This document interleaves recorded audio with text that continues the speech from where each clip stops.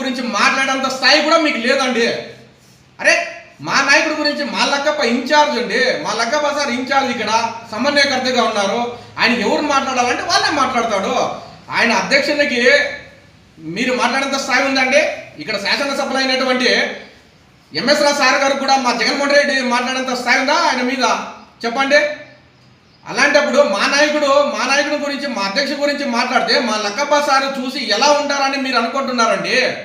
అంతేగాన ఎక్కడో ఇందాక మా సార్ చెప్పినాడు, మా రంగయ్య గౌడ్ సార్ చెప్పినట్టు మధ్య రోడ్డు ఒకటి కనిపించింది, మళ్ళీ అది ఎక్కడో పోల్లు, కరెంటు పోల్లు అవి వంగినాయి, అవి తీసేయలేదు అంటున్నారే తప్ప, అంతేగాని అభివృద్ధి ఎక్కడండి? ఎక్కడ కనిపిస్తుంటాయి చెప్పు అభివృద్ధి అంటే?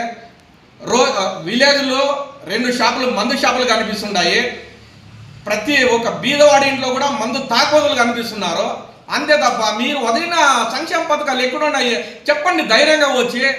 అరే మేము ఇన్ని సంక్షేమ పథకాలు వేస్తున్నాము, ఇస్తున్నాము అని ప్రెస్ మీట్ ద్వారా రాండి, పబ్లిక్లో వచ్చి చెప్పండి, ప్రజలకు తెలియజేయండి. అంత తప్పనే కానీ ఇక్కడ ఏడో గుంతలు పూంచడము, ఇవన్నీ చేయడము